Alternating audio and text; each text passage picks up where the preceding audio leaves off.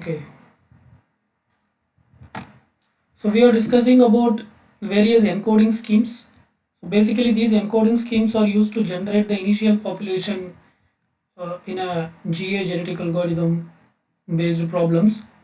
So the different encoding schemes are binary encoding, real value encoding, tree encoding. What's the one more encoding scheme? There are four encoding schemes, right? Real value encoding, binary encoding, binary encoding, your order encoding, and tree encoding. So this is actually an example we are going to discuss for tree encoding. So basically this is a problem which is connected with VLSI design, but this problem can be better represented using tree encoding technique. That is, the initial population for this problem can be better represented using tree encoding technique. So here you can see there are, so in a VLSI circuit, in any VLSI design, if you see, the greatest challenge is the circuit should be fabricated in as less space as possible. So and there is a constant challenge on this, because every year if you see, if you take any electronic gadget, the size of the electronic gadget is getting reduced day by day or year by year. So whatever the electronic gadget today, if it is produced in some particular size, in some particular width and height, it is expected that in the next year the size should be half of that. That is, it should be made more portable. So in that case, all the electrical circuits or all the electronic circuits which were required to build that circuit, they should be compacted. They should be compacted. So always there is a challenge in VLSI design, that how could we keep more circuits in less area. So this is something connected to that. So we want to design a chip. We want to design a chip, but that chip contains many circuits. So it contains these 10 circuits: C1, C2, C3, up to C10. All these are the circuits.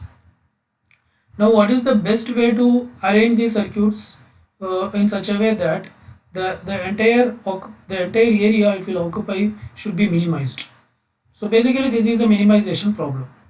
Here the question is, the blocks, all these blocks or all these circuits C1, C2 up to C10 should be arranged in an optimal way such that the entire floor area should be minimized. Okay, so there may be plenty of ways to arrange. So all these possible ways are nothing but the initial population. Now how to represent this? So one of the way to represent this is by using tree encoding technique. So this is one of the floor plan. So this is one plan, like C1 is first and then C2, C3, some order it is arranged. Okay, so this is one particular plan, and this plan can be represented in a tree structure.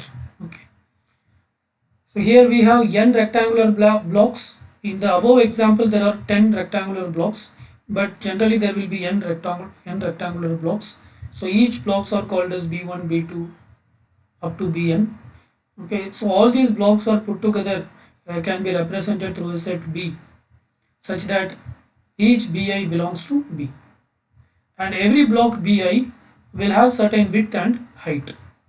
So height by width is called as aspect ratio. Height by width of a block is called as aspect ratio. So just remember this. So if a block has a height of say 3 inches and width of 4 inches, okay, then its aspect ratio will be 3 by 4. So the desirable aspect ratio is given something like this. So rho I is nothing but the aspect ratio.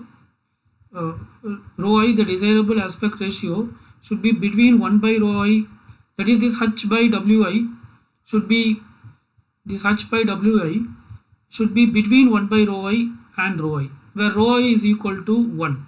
Rho I is 1.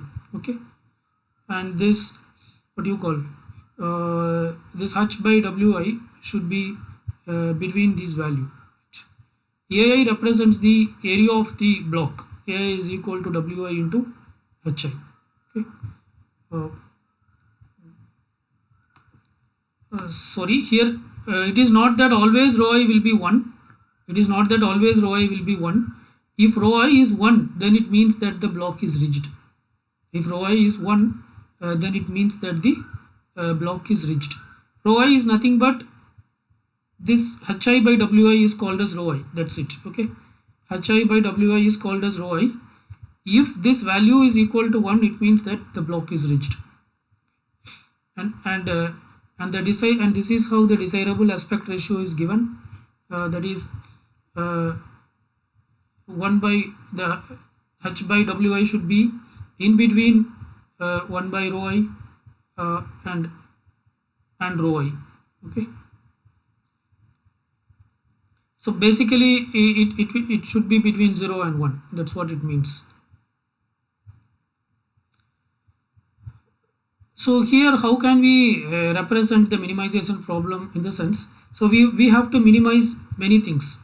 One is the number of wires that were required to connect all these blocks. So there is a set of networks where n is equal to n1, n2 up to nk, describing the connectivity information. So there are different ways of arranging these blocks. The different ways of arranging these blocks is called as, say for example, this is one way of arranging the block. So this is called as n1. Maybe like that you may have another way of arranging the block, that is called as n2. Like that there are multiple ways of arranging the blocks. So the various ways of arranging the block is called as ni. And all these different ways of arranging the blocks are put together is called as n. Okay. So the wire requirement is represented through this function. F1 is a function which represents like how much wire will be required to arrange the blocks in a given network, right? Okay. Bi represents all blocks, n represent all the network. So we are not going to take all the networks. Say for example, if all the blocks should be arranged using n1, then how many wires will be required? If all the blocks should be arranged using n2 is another way of arranging the blocks, then how much wires will be required? So out of that we have to identify such arrangement where there will be minimum number of wires. Okay. Similarly area. So the desirable floor plan aspect ratio rho such that 1 by rho is less than or equal to h by w less than or equal to rho, where h and w are the height and width of the floor pan. Okay. So this rho, what is in the sense, it is desirable aspect ratio. Okay. So let me clarify this. I think we are not much clarified with this. hi by wi is nothing but aspect ratio. Okay. hi by wi is aspect ratio, whereas rho I is the desirable aspect ratio, right? Rho I is the desirable aspect ratio. So this is something like the user says that this should be the aspect ratio. Say for example, hi by wi is nothing but the actual aspect ratio, but rho I, what it says, it is the desirable aspect ratio. What aspect ratio is expected? Okay. Say for example, if the desirable aspect ratio is 0.5,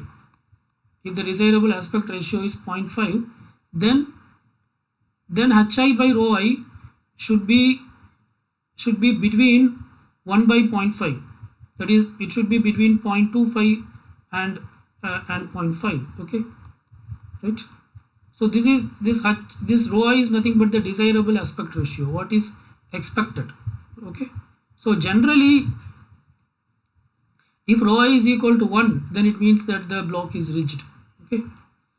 So this is the desirable aspect ratio, whereas this is the actual aspect ratio.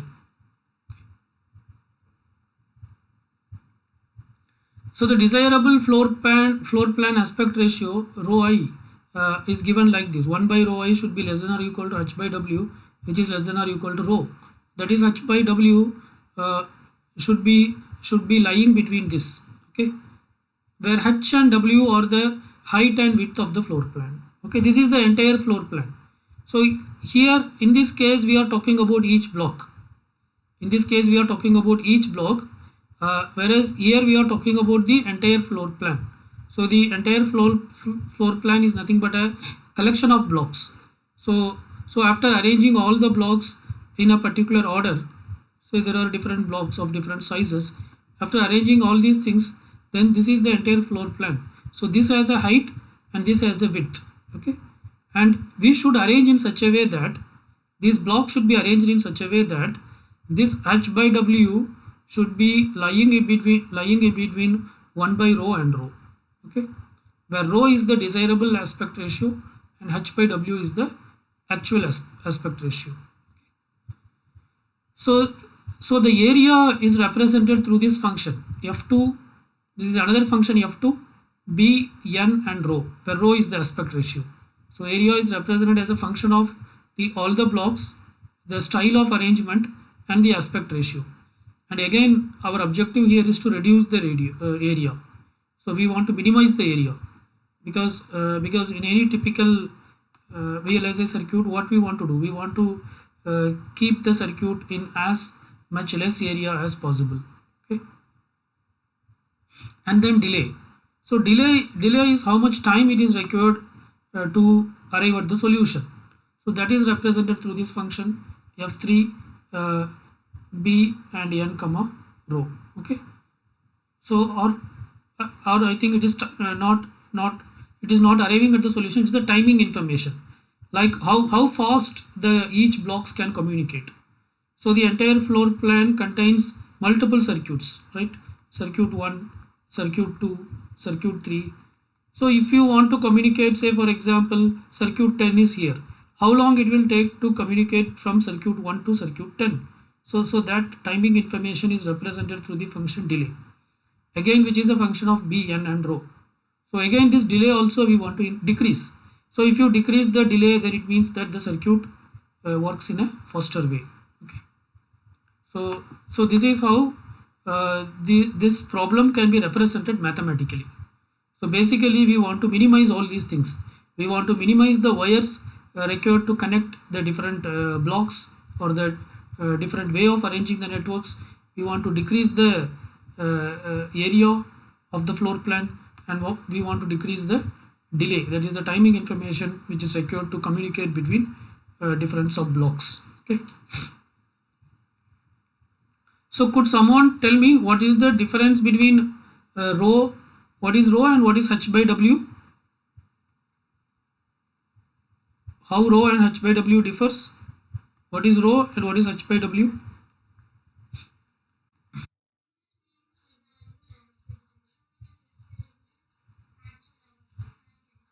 Yeah, so rho is the desirable aspect ratio and h by w is the actual aspect ratio. Okay, say for example rho is 0.43. Okay, then what should be h by w? What values of h by w is acceptable?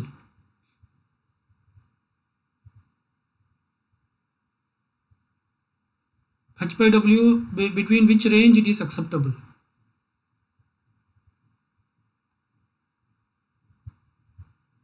If rho is equal to this 0.43, that is the desirable aspect ratio, then h by w should fall between which range? Yes, I want everybody to answer. So this is the formula, right? This is the formula. So I'm saying rho is 0.3. So what value of h by 3 is acceptable?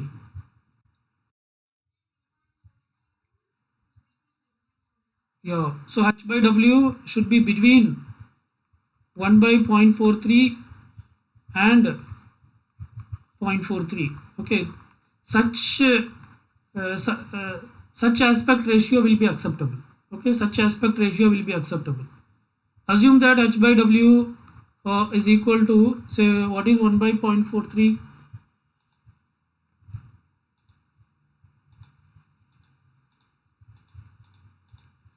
One by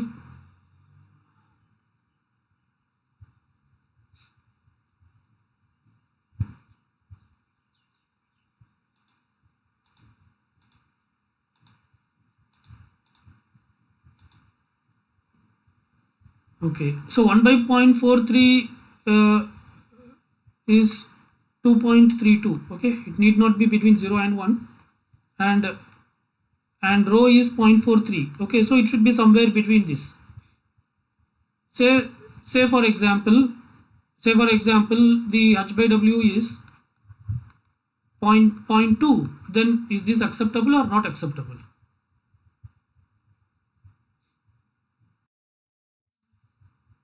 How it's acceptable? Is it between this range? No, it should be between 0.4 and 2.32, right? So it's not acceptable, right? So in that case, so it means that you are giving one suggestion, that arrange the circuit in this order, C1 C2, some order you are giving, but finally when you calculate the aspect ratio, this is the aspect ratio you are getting, but the desirable aspect ratio should be between this. So in that case you have to neglect that plan, because this is not falling within the range of the desirable aspect ratio, right? So that's what it says. Okay.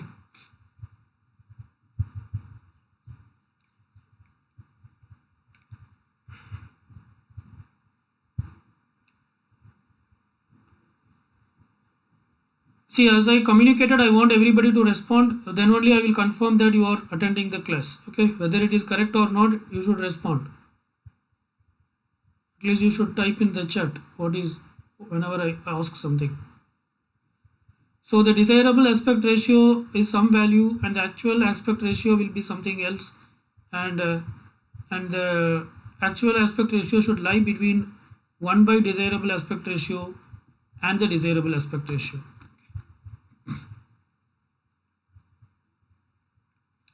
So this is how the problem is mathematically defined. So the problem is mathematically defined using these three equations. So any problem first we should define mathematically, and then we should specify the constraints. So here these are the constraint. So what is the constraint? Each block is assigned to a location xi, yi. Each block will have some location. It should be assigned some location in the total floor area. No two blocks should overlap. Okay, no blocks can overlap. For each flexible block, say bi, say ai is equal to wi into hi, and should meet the aspect ratio constraint. That is, for each block area can be calculated like this, and we will consider only such blocks. See, not only the whole aspect ratio, we will consider only such blocks which are falling within that aspect ratio, right? So if the aspect ratio is between 1 by rho and rho, then we will consider only those blocks which fall between this aspect ratio. If some block is beyond this aspect ratio, then we won't consider such blocks. So that is what the constraint 3 says. Okay, and what is our objective? Our objective is to minimize the floor plan area, to minimize the wire length, and to minimize the circuit delay, that is the communication delay. So here is two possible floor plans were given. So this is one way of arranging the what you call the circuits. In the original question there were 10 circuits, but here we are assuming there is only 7 circuits. So this is one way of arranging. This is another way of arranging. Like that, how many different possible plans will be there? So that question will be answering at last, because actually there are multiple number of such possibilities are available, right? But now let us discuss only about how to represent a given a plan. How can we represent it in a tree format? Because we are discussing about tree encoding, right? So basically we are going to represent it using a binary tree notation. So this is one plan and this is another plan. So here you can see it is 1 2 3, but in this format you can see 1 2 4 5 6 7 and 3. Okay, so these two different plans. So let me first go to the example, then we will come back to this slide so that it would be better understandable. Okay, so this is the circuit which we want to represent using a tree format, right? Here we are going to use two special notation. One is called as, so basically we are going to represent using binary tree, and we are going to use two special nodes. One is called as V, the other one is called as H, where V represents vertical arrangement, and H represents horizontal arrangement. Okay. V represents vertical arrangement and H represents horizontal arrangement. Okay. So now if you see, this is the floor plan, but this entire floor plan can be viewed something like this. You can say that this part is one vertical, this entire thing you can consider as one vertical block. Okay. Similarly, this entire thing can be considered as another vertical block. So this entire circuit can be just considered as two vertical blocks. Are you getting? Two vertical blocks. Okay. So at the root, what we keep in the sense V, because this entire thing, it contains two vertical block. You can say this is vertical block 1 and this is vertical block 2. Right. So that in the root we have vertical V. Okay. Then coming to the vertical block 1, you can say that this vertical block 1 contains two horizontal block. We can say this is H1, or you can say V1 H1. This is vertical block 1 of H1. This is horizontal block 1 of V1, and this is horizontal block 2 of V2. Okay, right? So when you come here, you have two horizontal blocks, so that there is a H. Okay, and in this format, what we are doing in the sense, so there are two horizontal blocks. So whichever the one which comes first, that is represented as the right child. So one comes here, and whichever comes next, that is represented as the left child. Okay, so that is how this part came. Right. Again, if you consider this part, so we have to represent it as a binary tree. That is, a node can have maximum only two child, not beyond that. If you consider this entire thing, you can say that this entire thing contains three horizontal blocks. This is one block, 1, 2, 3. So something like H1, H2 and H3. That is horizontal block 1 of V2, horizontal block 2 of V2 and horizontal block 3 of V2. Okay, but directly you cannot specify three horizontal blocks because it is a binary tree. Already one H you have specified, so only one H you can mention. Okay, so one H comes here, right? And again if you see, for this H, there is only one block, so we can say it is only one horizontal block, so that 3 is represented like this. Okay, now 3 is done. So remaining entire thing, if you see,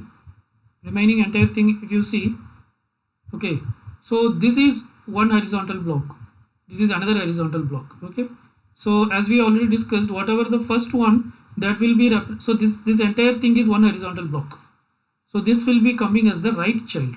Okay, so I mean this entire thing we are, so see, please understand clearly, this V2 has three horizontal blocks, H1, H2, H3. Okay, but we cannot specify all the three directly, right? So this entire thing we are keeping as one horizontal block, and for this horizontal block we have specified as 3 as the right child. Okay, now these two things combinedly we are calling as one horizontal block. Okay, but if you see, in fact it is nothing but combination of, it is actually two separate horizontal blocks. Okay, so we are separating it out. Then each of these horizontal blocks can be represented as each of these horizontal block contains two vertical blocks. H2 contains two vertical blocks, H3 contains two vertical blocks. Okay, so this part will come as the right child because this is the first one. So as a vertical block here, this is represented. Okay, again if you see 4 and 5, this 5 will come as the right child, and 4. Okay, and at last this is mentioned. Okay, so this is how it is converted, it is represented in a binary tree format. So to represent this in a binary tree format, we use special nodes. These special nodes are called as V and H, where V represents the horizontal block and H represents the vertical block. Okay.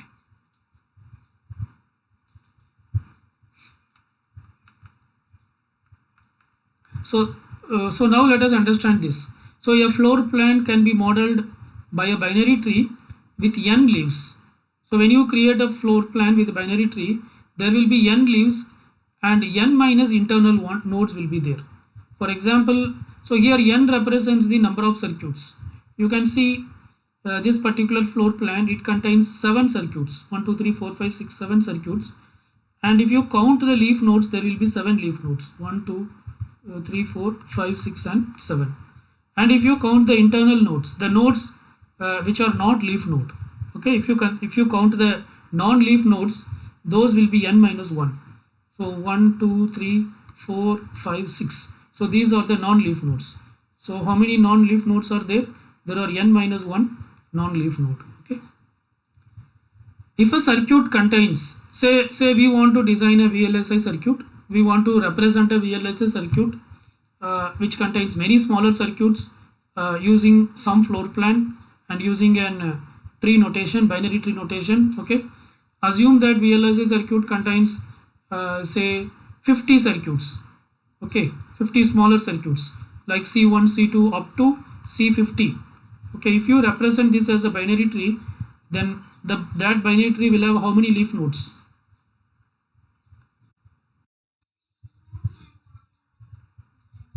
Yeah, it will have 50 leaf nodes and it will have 49 internal nodes. Okay, right. What about others? Yes, Bipin, could you answer? Assume that a circuit contains 150 circuits, C1, C2 up to 150. Then it will have how many leaf nodes? Yes.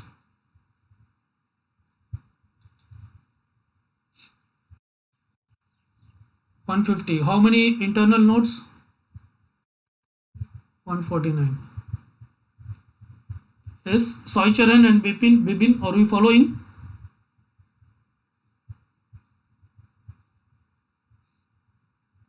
If you are not answering, I will assume you are not here. Okay.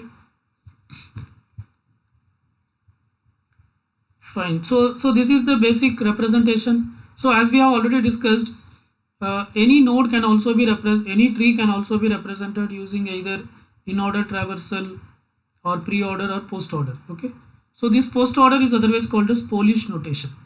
Post-order notation is also called as Polish notation. A tree can be represented in a compact form using Polish notation. So for example, if there is an expression like this, a plus b a modulo c or b divided by c, this can be represented using a tree also, but before that you can represent using Polish notation. For example, then first we have to add brackets. Say with brackets, this is represented like this, that is a plus b by c. Okay, then these brackets were added, then obviously it means there is a bracket like this.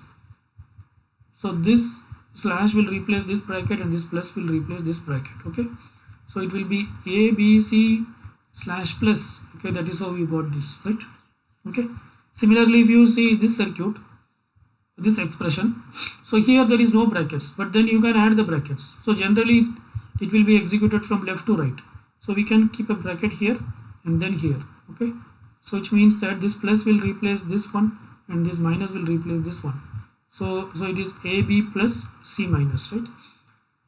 So this is also one way of representing the a tree. Okay, a tree can be represented in a compact form like this.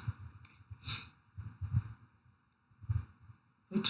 So here we represented the tree. We used two operators v and h. The operators h and v are expressed in Polish notation to carry the following meanings. IJH. IJH means block Bj is on top of block Bi. Okay. IJV means block Vi is on the left of block Vj. Okay. So right. So this is so if for example block Bj is on top of block Bi, so if it is something like this, then we say it's horizontal. So we should understand clearly. So if it is something like this, Bj and Bi, then we say this is horizontal. So this is one horizontal block and this is one horizontal block. That's what it says. Okay. Whereas if it is something like this, Bi and bj, then we say it is vertical. This is a vertical block and this is another vertical block. So whatever we have represented here, these expressions can be represented using tree. So that's what here we are seeing. So this is nothing but it represents which expression, a plus b divided by c. Similarly, if you see this expression is nothing but a plus b minus c. So this is a plus b minus c. Okay. So here is so this is already whatever the circuit which you already discussed, and this circuit can also be represented using postfix notation or Polish notation. So if you represent this circuit in Polish notation, so postfix means what? Left, right, and root. So this is the result. So first left, then right, and root. So 2 1 H. So this left is done. Okay. Next we have to complete all the right. So all the way we have to come here. 6 7 V. Okay. Then this left part is done. Go to the right part. 4 5 and V. Okay, this left is done, this right is done, then the root, that is H. Okay, then it's right, 3 H and V. So that we got this 2 1 H. First we are visiting this, then 6 7 V, then we are doing this, then 4 5 V. Okay, then H, then 3, then H, and then the super root node. Okay, that is the root of the tree, right? So this entire tree can be represented in postfix notation like this, because if you want to represent this entire tree, then it may take a lot of memory, but to represent this it may need very less amount of memory. So this is called as compact representation. So here is another example. So you can see this is one particular floor plan. So this contains only 5 circuits, 1 2 3 4 5. So if you see, how you can divide this entire thing, you can see as 2 horizontal blocks.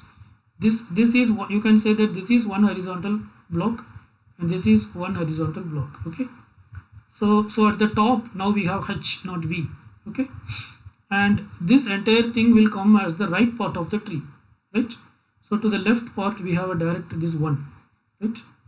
And this right part, if you see this part alone, if you see, you can consider this as 2 vertical blocks. This is one vertical block and this is another vertical block.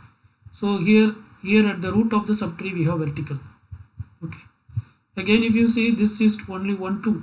So to the right we have a direct 2. Okay, now if you see this thing, this entire thing, I mean this particular thing, you can treat as 2 horizontal blocks. This is one horizontal block and this is another horizontal block. So here we keep H. Okay, now this part, if you see, this is only one element, so you can just specify as the right of the tree, right? Now this entire thing can be considered as 2 vertical block. So here we have V. Okay, so 5 will be the right child and 4 will be the left child, right? So this circuit contains 5 circuit, I mean this floor plan contains 5 circuits.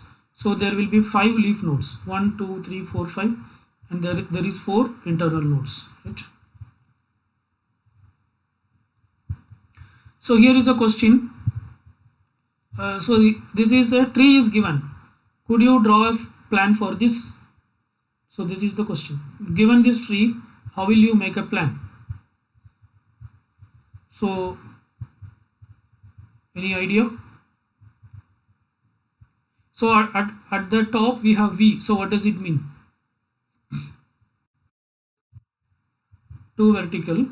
Okay, so this entire circuit we can divide into 2 vertical. So the left, what should we have?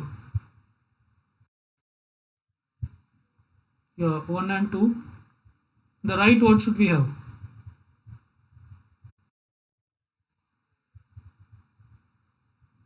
Right, yeah, first you should have 6 and 7. Okay, what should be the, see, which should be the left and which should be the right? 6. Yes. Next, what should we have? Next 3. Next Yeah. Okay, so this is how this tree can be represented in floor plan. Okay.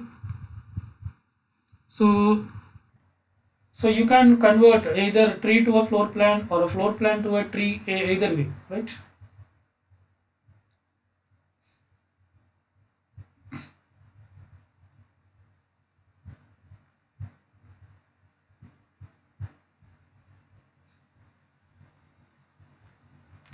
Okay, actually here they have given this floor plan as this tree, but I don't think it is correct. I think it's not correct because if you see, no, this is the floor plan of our original tree, first one whatever we have discussed. Okay, first I think we discussed this floor plan only. So this floor plan is nothing but this tree. Okay, this here tree is coming here, but in the original there are two floor plans were there, right? So yeah, so what we have drawn, I think that's correct. It should be this way. Okay. So there is a question like how many number of solutions possible with n blocks in a floor planning problem. So that is if you have n circuits, then how many solutions are possible? So this is the answer.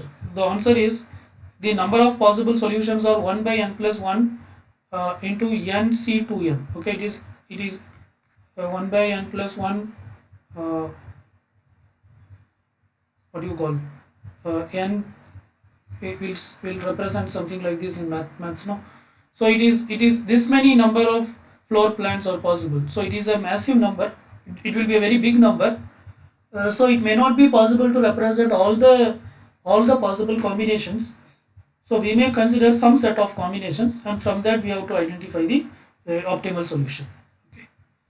So here actually we are not discussing about how to generate the solution and all. What we are discussing, we are only discussing the encoding scheme. That is how to represent the initial population. Okay. So that is what we are discussing, the various encoding scheme: binary encoding, real value encoding, order encoding, and tree encoding. Right. So that's it about the different types of encoding techniques. Okay. So with this, we'll stop this. Now we'll go to the next topic.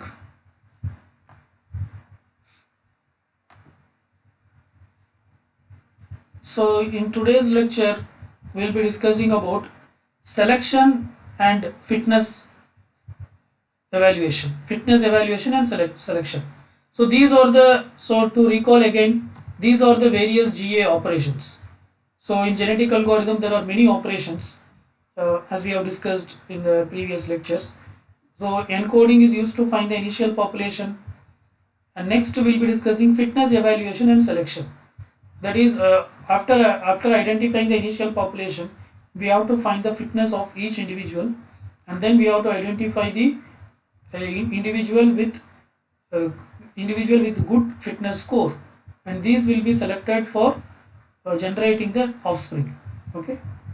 So that process is called as selection. That is, identifying the best individuals is called as selection, and identifying the fitness score is called as fitness evaluation, or calculating the fitness score is called as fitness evaluation. So this is what we are going to discuss in today's class. So after performing fitness evaluation and selection, then we generate the mating pool, and then crossover, mutation, inversion, and convergence test. These are the various operations that we perform in GA. So we have just finished one operation, which is encoding. Now we will move on to the next operation, which is fitness evaluation and selection. Okay. So selection is the process of creating the population for next generation, for creating the next generation from the current generation. Okay. So to generate new population, generating new population is otherwise called as breeding. So it includes creating a mating pool, selecting a pair, and reproduction. Okay. So reproduction is not part of selection. It includes only creating a mating pool and identifying the pair.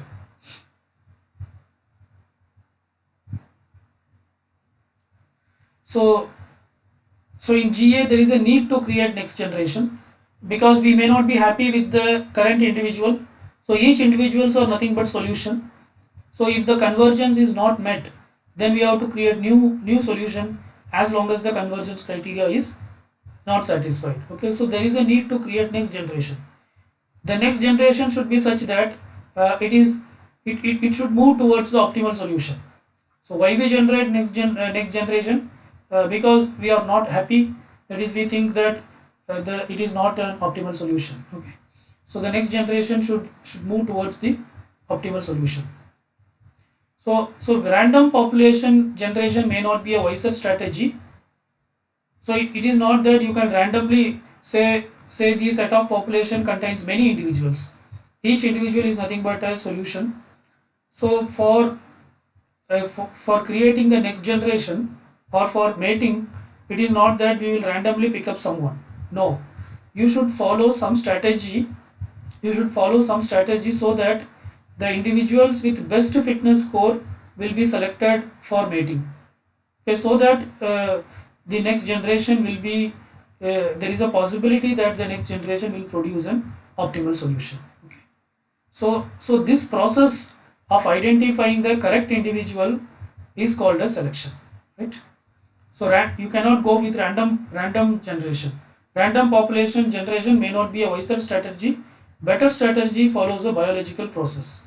So some technique we should follow to identify the right individual to be chosen for the mating pool. So that is what we are primarily going to discuss in this lecture, which is called a selection. Okay. So basically selection depends on these two things: survival of fittest and struggle for the existence. So this is in case of biology. So based on this, the right individual will be selected for the mating pool. Okay. Fitness evaluation is to evaluate the survivability of each individual in the current population. Okay. So the fitness score is nothing but it can also be called as the survivability evaluation. Okay, that is, if the fitness score is high, then it means that that individual is likely to survive for a long period of time.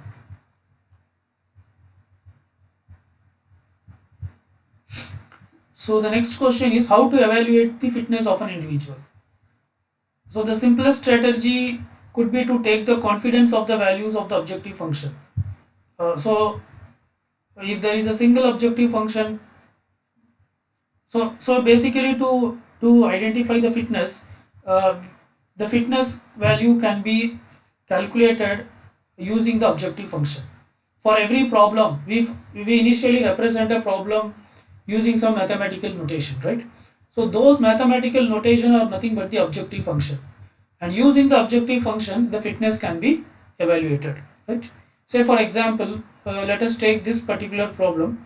It's a traveling salesman problem. So this is an example for evaluating the fitness. This is an example for evaluating the fitness. How will you evaluate the fitness of an individual? Okay, here fitness is nothing but a solution. How will you evaluate the fitness of a solution? So this slide, what it says in a sense, the fitness can be evaluated by using the objective function. Using the objective function, you can evaluate the fitness. So this is the traveling salesman problem. Here, what is the objective function? The objective function is nothing but the cost of a path. You take any path and find its cost. That is the objective function. And that is not only finding the cost, the objective function is to minimize the cost. So minimizing the cost is the objective function. The fitness value, the fitness score can be evaluated by just taking the cost of a given path. Okay. So this is path 1. Say this is path 1, C, B, A, D, F, E. That is, it says that follow this path. Which path? C to B, B to A to D, D to F, and F to E. So if you follow this path, what is the score? What is the sum you calculate? That sum is nothing but the fitness score. So it is 1 C to B. I'm sorry. It is C to B, right? So here is C, right? C to B is 4. C to B is 4, and then B to A is 1, and A to D is 6, and D to F is 4, and F to E is 5. Just add all these things. That is the fitness score. 4 plus 1, 5. 5 plus 6, pardon, 20. Yeah. So CBADFE. CBADFE. 4 plus 1, 5. 5 plus 6, 11. 11 plus 4. Okay, 20. But I don't know why they given here 11. So basically, this is how we select the fitness score. Okay, we identify the fitness score. Uh, Let us take next path. A, B, D, C, E, F. So it is B, uh, A, B, D, C. There is no path from C to E, right? Okay. So A, B, D, C, E, F. So this diagram is not matching, but this is how we identify the fitness score. Okay. Or let us uh,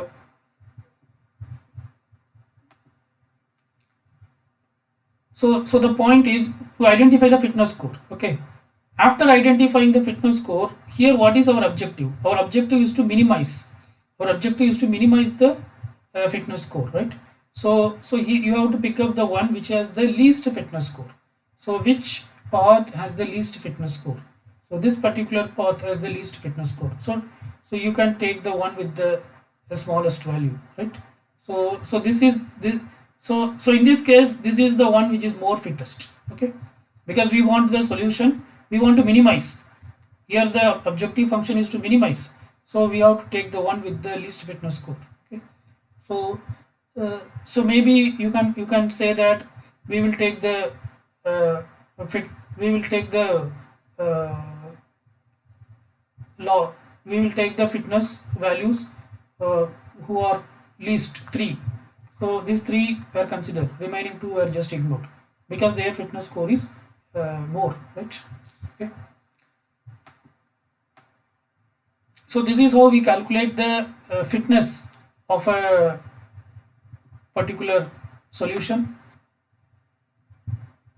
After identifying the fitness, after calculating the fitness score, then we have to go for selection. So selection is nothing but choosing the right individual for mating pool. So there are various selection strategies available.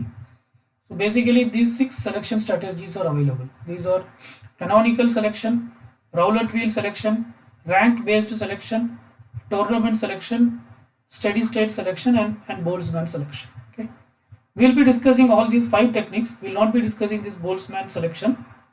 The remaining 5 selection techniques we will be discussing. We will be discussing canonical selection, roulette wheel selection, rank based selection, tournament selection, and steady state selection. But before selection, the fitness should be evaluated. First, let us discuss about canonical selection.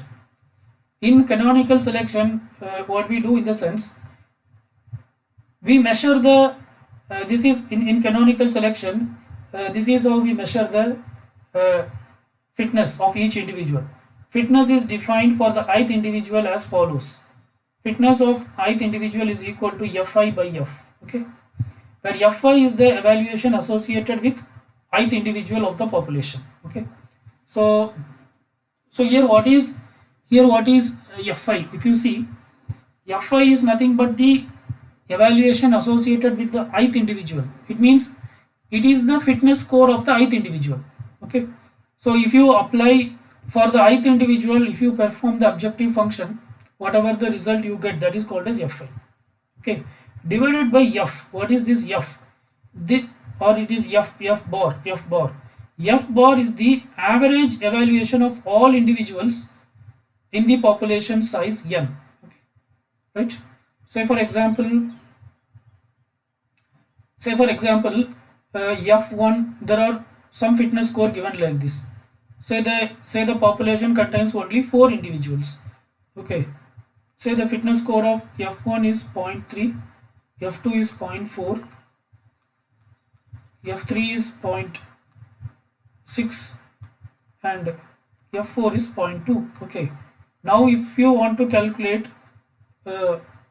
if you want to perform canonical selection, we have to first again you have to perform fitness of I.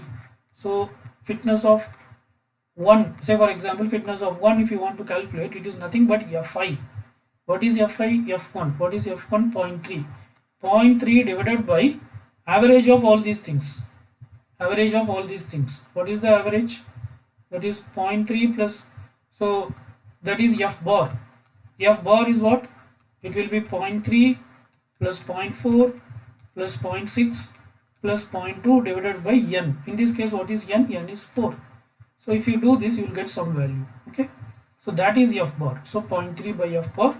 That will be the fitness value of the first individual. Like that we will consider. Okay. So if you fit in this equation, what will be the fitness value for 2? What will be the fitness value for the second individual?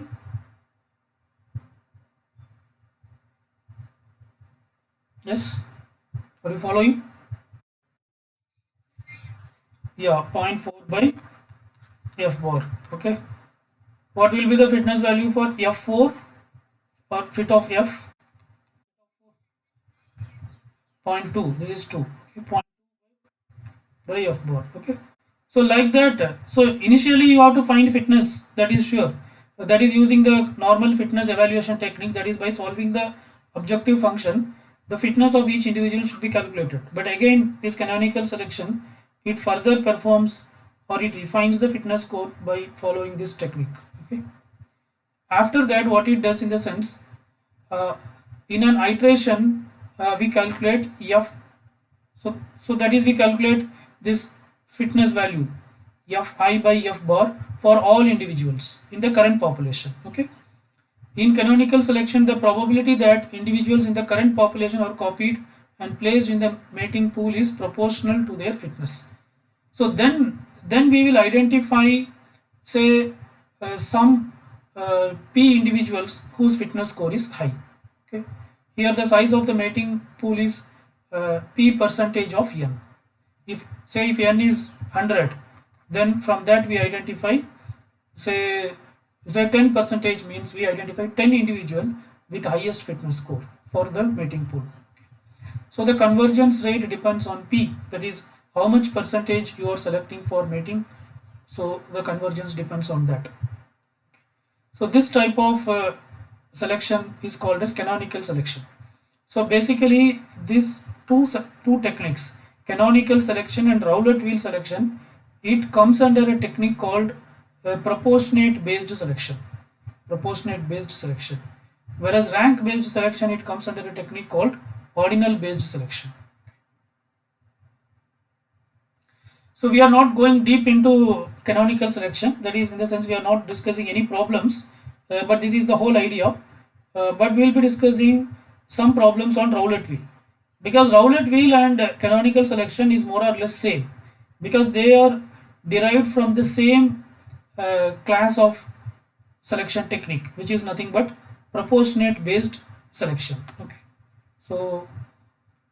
So just remember that in canonical selection, what we do is we calculate this Fi by F bar, where F bar is nothing but average of all fitness score, and then from that we will select some P percentage of the population from the whole population for the mating pool.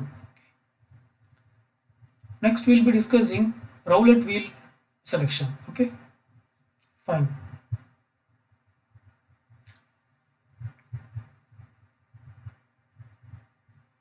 So in Rowlett wheel selection, the probability of an individual being selected for mating pool will be proportional to its fitness. Okay. Actually, canonical selection also the definition is same. The definition for Rowlett wheel and canonical wheel at the top level, it is same, because both are proportional based selection techniques. Okay. So in this scheme, the probability of an individual being selected for the mating pool is considered to be proportional to its fitness. So this definition is applicable for canonical selection technique also. Because of this reason only, they are called as proportionate based selection. That is if the fitness score is high, then it is highly likely that they will be selected for the mating pool. Okay, but internal working slightly differs, right? So for every individual, we will identify first the fitness score. We will identify the fitness score. So Fi represents the fitness score of ith individual, Fj represents the fitness score of jth individual. Then say, so theoretically it is something like this. Say assume that you have a big wheel, okay, and consider there are say how many individuals? 6 individuals are there. There are 6 solutions are there, okay. So these are the 6 solutions, and these are there. So based on the fitness score, the width will be allocated in the wheel. So this wheel is called as roulette wheel. Based on the fitness score, the width will be allocated. Say for example, if someone's fitness score is very high, say for example, a F5 fitness score is very high. So then F5 will be allocated more space. So this what it says, in the sense we identify the fitness score of all individual and we arrange them in what you call, we arrange them in this order, descending order. That is, F5 will have a fitness score greater than Fj. That is, the whatever the individual you keep here at first, this individual will have the greatest fitness score, and then the next one, and the last person will have the least fitness score, okay. Now the one who has the more fitness score, for him will give more space in the roulette wheel, and one who has the less fitness score, for him will give less space in the roulette wheel, okay. So this is the strategy. And now if you rotate the roulette wheel, now you just rotate the roulette wheel, and there will be a fixed pointer, there will be one fixed pointer which will be kept outside the roulette wheel, okay. So when this wheel is rotated, when it stops, what is the probability where this pointer will most probably point? Will it point to the one with the more fitness score, or one with high fitness, or one with less fitness score? Is the question is clear? For every individual, say there are n individuals, okay. For all the individuals, we calculate the fitness score, and then depending on the fitness score, space will be allocated in this roulette wheel. If somebody is having more fitness score, for them you give more space. So this space will be proportionate to the fitness score. So depending on their fitness value, this space will be allocated. So here it means that F5 is having more fitness score, so he has given more space, and F6 is having less fitness score, so F6 was given less value, less space in the roulette wheel. Now you have to rotate the roulette wheel. So after rotating, it will come to a stop. It will come to a halt position after some time, and there will be a pointer here. Now this pointer, where it is highly likely to point? Will it point to the one with high fitness score or one with low fitness score? So it is highly likely that it will point to one with high fitness score, okay. So say for example, if your mating pool size is 3, then it means that you have to identify 3 individuals for mating pool. Then you have to rotate this roulette wheel 3 times. First time you rotate and see where it stops, okay. If it stops in F1, you pick up F1. Second time you rotate, okay, like that we perform. So the chance of the one with the low fitness score selected is very less, right? So this technique is called as roulette wheel. So okay. So the top surface area of the wheel is divided into n pods in proportional to the fitness value, F1, F2 up to Fm. The wheel is rotated in a particular direction, either clockwise or anti-clockwise, and there will be a fixed pointer which is used to indicate the winning area when it stops rotation.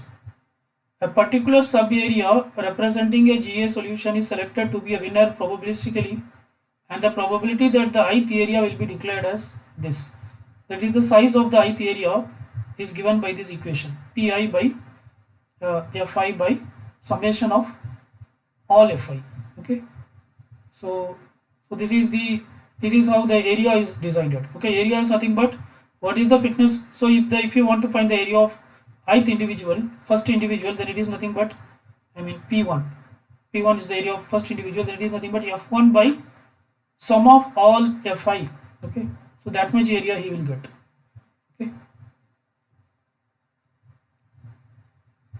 So here we are not calculating average. In case of canonical selection we calculated average. At the denominator there will be average. F bar is average, but here it is not average, it is summation of all the thing, right? Say for example, say there are 4 individuals again. So say F1 is 0.4, F2 is 0.2, F3 is 0.8, F4 is 0.6. Okay. Now what will be P4? What will be P4? 0.6, some 0.4 plus 0.2 plus 0.8 plus 0.6, right? So this is how you calculate P4. So like that you have to calculate for every individual. So this much area will be allocated in the roulette wheel for P4. Okay. So the wheel is rotated NP times, where NP represents the, what do you call, the number of the size of the mating pool. Okay, where NP is some percentage of N, is P percentage of N. Okay, and each time only one area is identified by the pointer to be the winner. Here, and so there is a chance that one individual may be selected more than once, because when you rotate, there is a chance that the same individual may be selected again and again. Okay. So the convergence rate is fast. That is, the problem will find an optimal solution at a faster rate. Okay, so here you can see these. So there is a problem.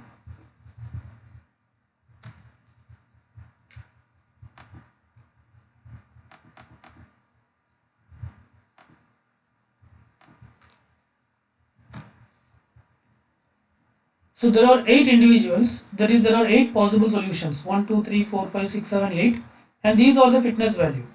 1.01, 2.11, all these things are the fitness value. Somehow this fitness is calculated. We are not bothered how it is calculated.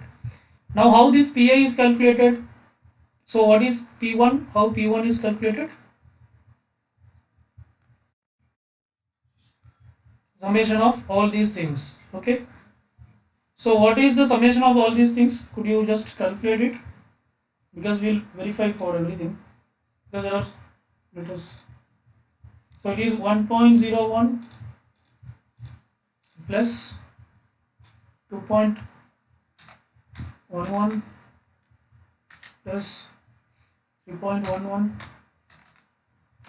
plus 4.01 plus 4.66 plus 1.23.25. Okay.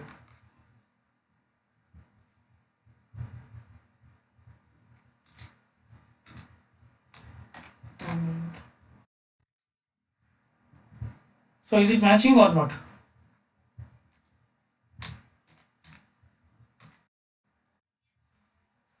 One 1.01 by 23.25. What is that?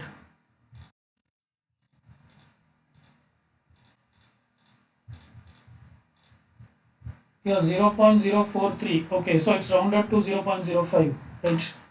So like that it is calculated, right? 2.11 divided by 23.25.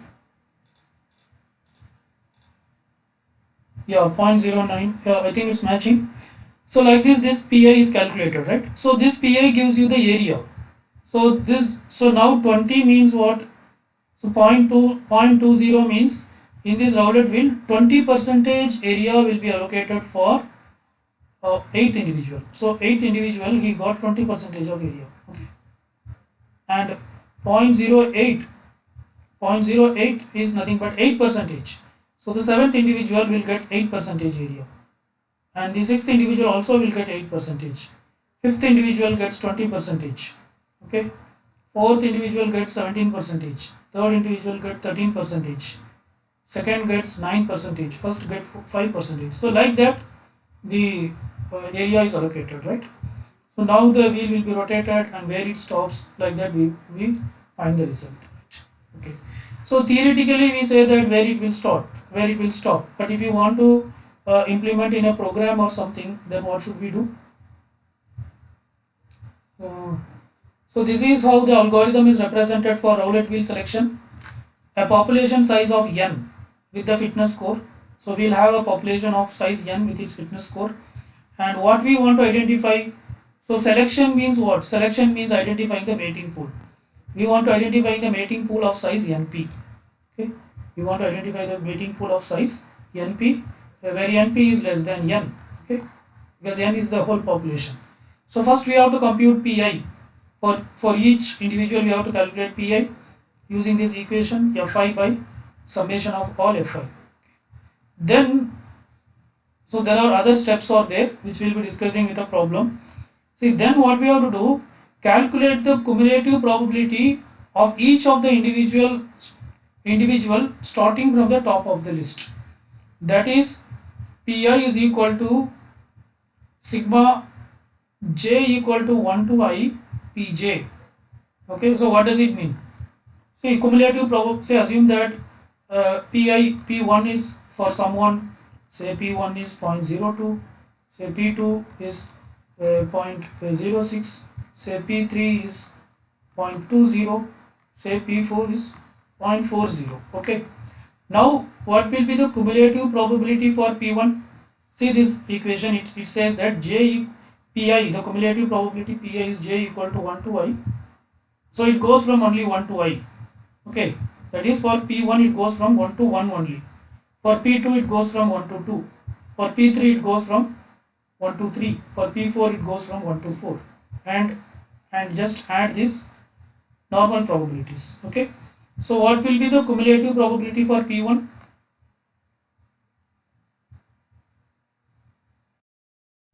Oh, oh. No, why by? See, is there any by here? Cumulative probability, how you calculate? For pi, it goes from 1 to I. Okay, if you want to calculate the cumulative probability for the ith individual, you just add all the probability from 1 to I. Okay, so what is the cumulative probability for p1?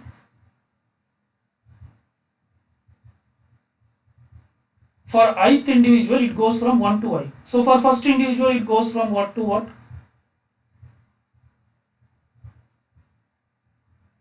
Is the formula is clear? See, for ith individual it goes from 1 to I. Okay, for first individual it goes from what to what? See, if you want to find the cumulative probability of 10 p10, then it is summation of what? 1 to 10. Okay, so that means you have to add everything, p1 to p10 you have to add. My question is, if it is p1, then what will be? It is 1 to 1. So what is this? So 0.0. For p2, what is the cumulative probability? Yeah, 0.06 plus 0, that is 0.08. For p3, what is the cumulative probability? Yeah, that is 0.28. Add all these three. Okay, for p4, yeah, okay.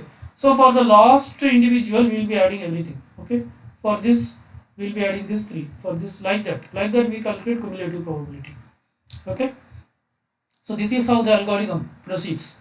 So let us not miss the flow. First you have to calculate pi for every individual, and then you have to calculate the cumulative probability. Then you have to generate a random number between 0 and 1. Generate a random number or between 0 and 1. Okay, then select jth individual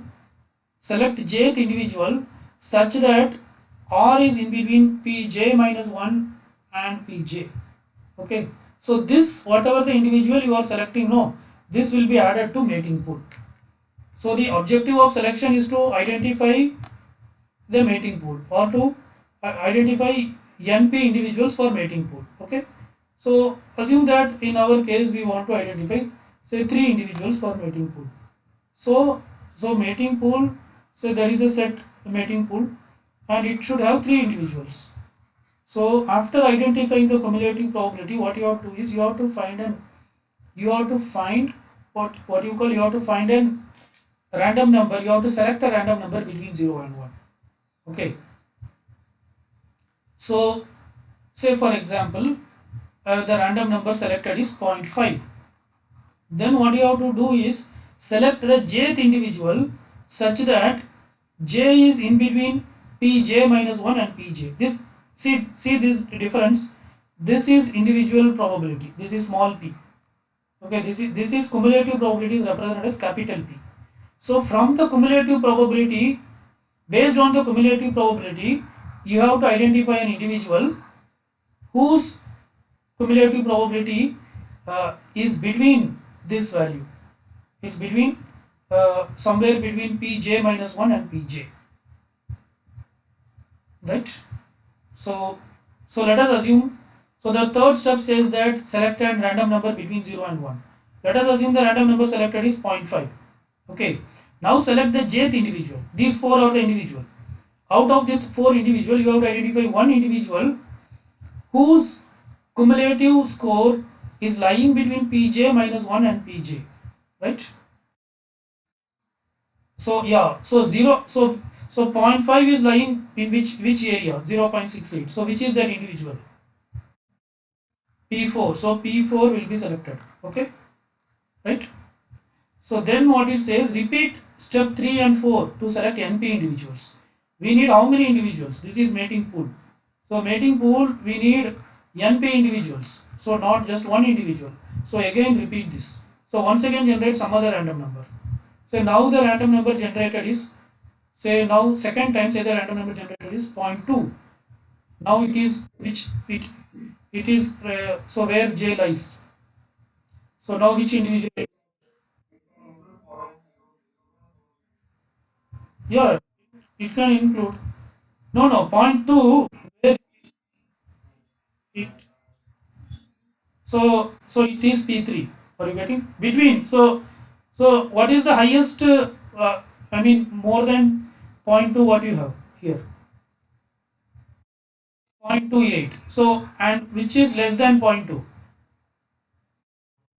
0.08. Okay, this 0.2 is lying between this. Okay, in that case we select P3. That is what this statement says. Are you getting? So P3 will be selected. Okay, right? So like that we select. So like that you have to fill up this mating pool until NP individuals are selected. So this is how roulette wheel selection works. So here is a complete example for roulette wheel selection. Okay, with all PI everything. So this is the previous problem whatever we are discussing. So this is same problem here. Already we have identified the PI, that is the probability, I mean the area. So all these were already calculated.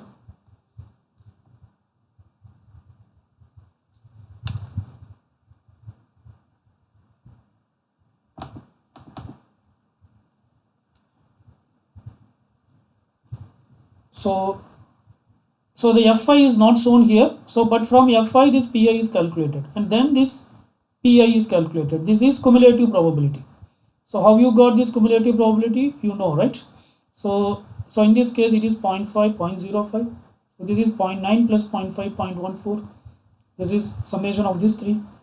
0.13 plus 0.9 plus 0.5, 0.05. Or you can directly add 0.3 and 0.14, 0.27. 0.17 and 0.27, 0.44. Okay, so like that we find the cumulative probability for all. Okay.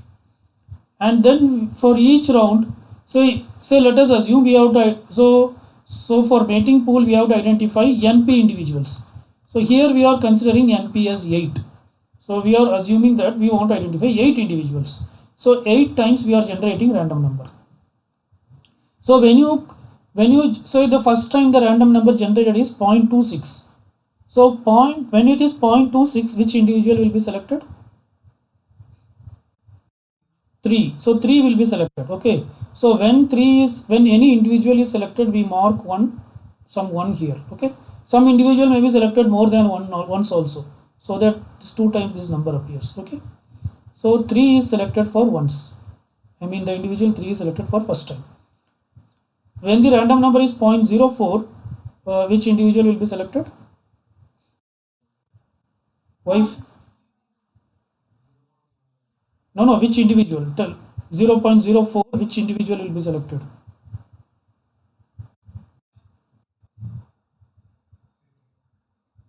Why second? Which value is less than 0.0? First individual will be selected, right? 0.04 is less than 0.05. Are you getting?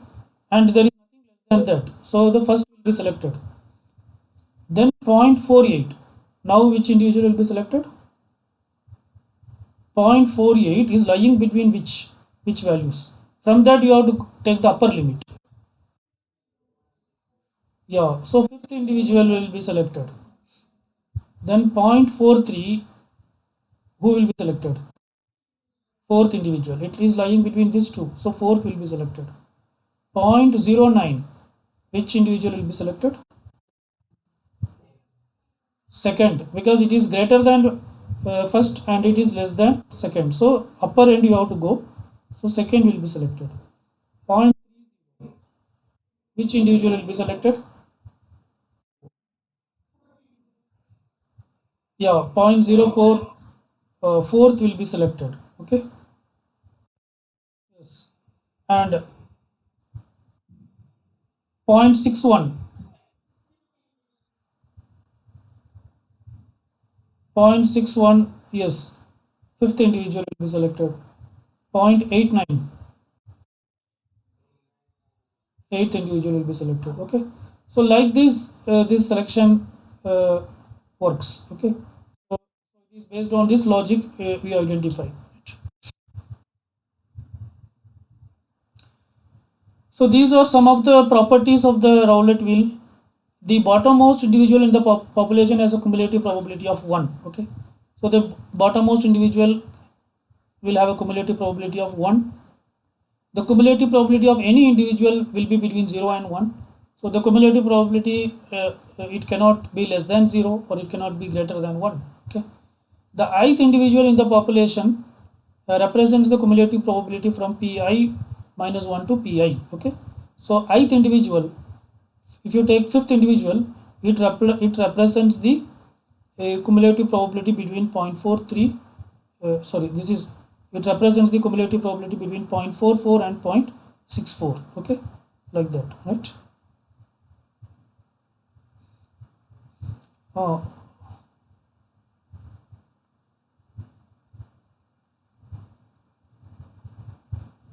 The topmost individual represents the cumulative probability values of 0 and p1. Okay, so the topmost individual, this is the first individual, it represents the cumulative probability between 0 and this 0.05. It may be checked that the selection is consistent with the expected count. EI is equal to n into pi for the ith individual. So the ith individual getting selected, it can be mapped with this equation. EI represents the probability that a particular individual will be selected will be equal to n into pi. Okay, so n is the number of individual, pi is their probability value, right? So there is a question: does the selection is sensitive to ordering, say in ascending order of their fitness value? Actually, it is not sensitive to ordering. So it is, the question is that here it is ordered in this way. It is ordered in ascending order. So if you are not ordering in ascending order, is the selection will change? That is what the question is. Actually, it won't change. Okay. Even if you are not ascending this, if you are not ordering it in ascending order also, it works fine. There are some drawbacks with roulette wheel selection, so we'll discuss that also, and based on and also we'll be discussing like how this drawback can be rectified by using some other advanced techniques. Okay, suppose assume that we have only 4 individuals. These are the 4 individuals: f1, f2, f3 and f4, and these are their values: 80%, 10%, 6% and 4%. That is, this is their fitness score. Okay, 80, or you can say 0.8, 0.1, 0.06 and 0.04. These are the fitness score of these individuals. Then what is the expected output? So say that is F1 is 0.8, okay, F2 is 0.1, F3 is 0.06 and F4 is 0.04. Okay, now if you calculate pi, what will be pi? Pi is 0.8 by sum of all these things, right? No, that is capital Pi. I am not asking cumulative probability. First we have to find area, right? So first you have to find Pi. Small pi is nothing but what? It is Fi by sum of all Fi. Okay. So what is that? 0.8 for F1. What is the value? It will be 0.8 divided by 0.8 plus 0.1 plus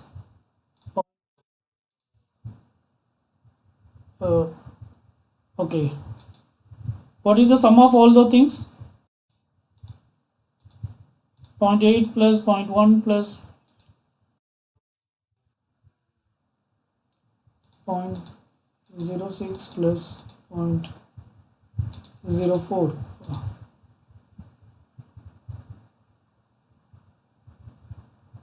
Okay, it is 1.8 by 1.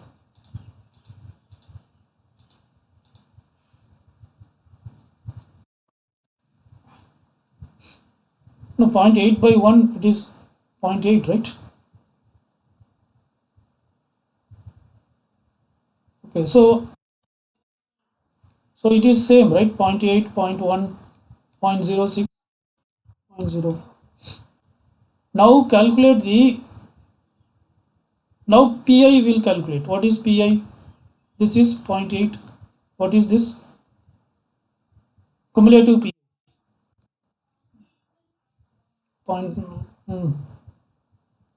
Then point 0.96 and 1, right? This is the cumulative pi. Okay. See, now if you okay, the question is, if you roulette wheel, if you keep a roulette wheel now, how much space will you give for F1? How much space you should give for F1? 0.8 means how much percentage it should be given? 80%. Okay, so it means almost entire space, it means you are giving for that F1. Okay, then another 10% goes to F2. Okay, very small goes to F3 and F4. Okay, F3 and F4. Okay, actually F4 will be even smaller than that. Okay, right? Now what happens? So it is even smaller than this, you can assume. Now if you rotate this roulette wheel, what is the probability? So which is more likely to be selected always? F1 will be selected and all the other things will be ignored. So this is the drawback. So basically we are discussing the drawback with roulette wheel technique. So in some cases there may be very less number of fitness score, and out of that some of the individual may have very high fitness score. In that case, it is highly likely that the individual with the high fitness score is more likely to be selected again and again, and hence the problem may not give an optimal solution. So that's what is represented through this diagram, whatever we have discussed in the previous slide. So now when you rotate this roulette wheel, it is highly likely that this individual will be keep on getting selected. Okay. The observation is that the individual with higher fitness value will guard the other to be selected for mating. That is, they will not allow the others to be selected for mating. This leads to lesser diversity. So then what happens? There is no diversity, and hence fewer scope towards exploring the better solution. Also, it may lead to premature convergence or early convergence. That is, the problem may converge, but it may not converge with an optimal solution, right? That is, it may end up with a local optimal solution. So this is the drawback with a roulette wheel selection technique, and this drawback can be effectively overcome by using the next selection technique, which is called as rank based selection technique. Okay, so actually rank based selection technique is also very much depends on roulette wheel selection. You can say that it is just a small improvement over roulette wheel selection. So it is very much similar to roulette wheel selection.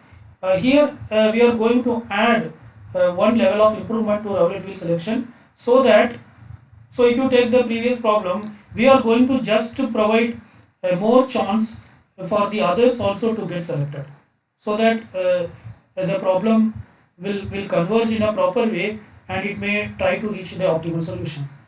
So that's what we are going to do in rank based solution. So before discussing all this theoretical info, let us directly go into the problem. So this is the problem which we discussed on roulette wheel selection. There are 4 individuals. This is their fitness score. That is, their fitness score is 0.4, 0.05, 0.03 and 0.02. Okay. And this much area they need. That is, the individual 1 needs 80%, 2 needs 10, and 3 needs 6%, and the last one needs 4%. Okay. Now the problem is what we have discussed with roulette wheel is, it is highly likely that this individual will be getting selected again and again for the mating pool, and the problem may not progress in a proper way, and it may not lead to an optimal solution. Okay, so this problem can be rectified by using rank based selection technique. So here we introduce one more parameter called rank. And what we do, the one with the least fitness score will give that individual the rank 1, and the one with the next least individual score will be given the rank 2. Like that we will rank every individual. So the one with the least fitness score is 4. So this 4th individual will be given rank 1, and the next individual will be given rank 2, and the next individual will be given rank 3, so on and so forth. Like that we give rank. Okay. Now we calculate the new area. So this is the area calculation as per what you call. So this is the area calculation as per roulette wheel selection. Now we calculate the new area. How we calculate the new area? Now we calculate the new area based on rank. The logic is same. The percentage area to be occupied by a particular individual is given by Ri by the sum of all Ri into 100. Okay. So Ri is nothing but the rank of an individual divided by sum of all the ranks into 100. Okay. So this is how we calculate the new area. Ri is the rank of an individual divided by sum of all the rank. So how this area is calculated? Rank 1 is nothing but what? 4 by the area occupied by the first individual will be his rank divided by sum of all the rank. What is sum of all the rank? 4 plus 3, 7, 7 plus 2, 9, 10 into 100. So what is that? 40. Okay. So that is how you got this 40. So it means that now first individual will be allocated how much percentage in the roulette wheel? 40%. For the second individual, it will be what? 3 by 10 into 100. So he will get 30%. And the third individual will get how much percent? He will get 20%. And the last individual will get 10%. Okay, now what happens? See, previously the first individual is having 80%, second is having 10%, third is having 6, fourth is having 4%. Now this fourth individual from 4% it was increased to 10%. Third individual from 6% it is increased to 20%. Second individual from 10% it increased to 30%. Whereas first individual it is decreased from 80% to 40%. But relatively, if you take first individual's area is still better than the other individuals. Okay, so now you cannot say that always only individual 1 will be selected. Yes, there is a high probability that individual 1 is selected, but there are also chances that the others will be selected. Okay, so basically we are pushing the problem out of local optimal. Okay, in this type of situation, Rowlett will selection technique may get into local optimal, but when you use rank based selection technique, it will come out of the local optimal, and it may give an optimal solution. Okay, so that is what the rank based selection algorithm does. So in a rank based selection algorithm implementation, this is the algorithm. The input is what? A population of size n with their fitness value. Output is a mating pool of size np. So first what we do, arrange all individuals in ascending orders of their fitness value, rank the individuals. So first arrange the individuals in ascending order of their fitness value, then rank the individuals according to their position in the order. So that is the one with the least fitness score. When you keep in ascending order, the one with the least fitness score will be first. Okay, so that person you give the rank 1, then rank 2. Okay, and then the one with the best fitness score will be lost, and that will be having the rank n. Now also here we are going to apply the Rowlett wheel selection only. Now apply Rowlett wheel selection on the rank. Apply Rowlett wheel selection, but based on their rank. Okay, not based on their fitness score.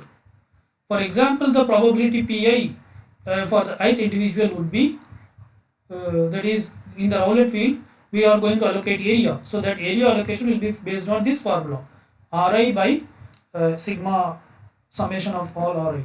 Okay, into 100 you can add. So probability, this is probability, so into 100 we are not adding. Right? So this is the same example which we already discussed. So this is just a comparison. It says like how the chances of other individuals to get selected is improved in case of rank based selection. So the rank based selection is expected to perform better than Rowlett wheel selection in general. Right? Okay, fine, it's getting late, so let us stop here. So the remaining selection techniques let us discuss in the next session.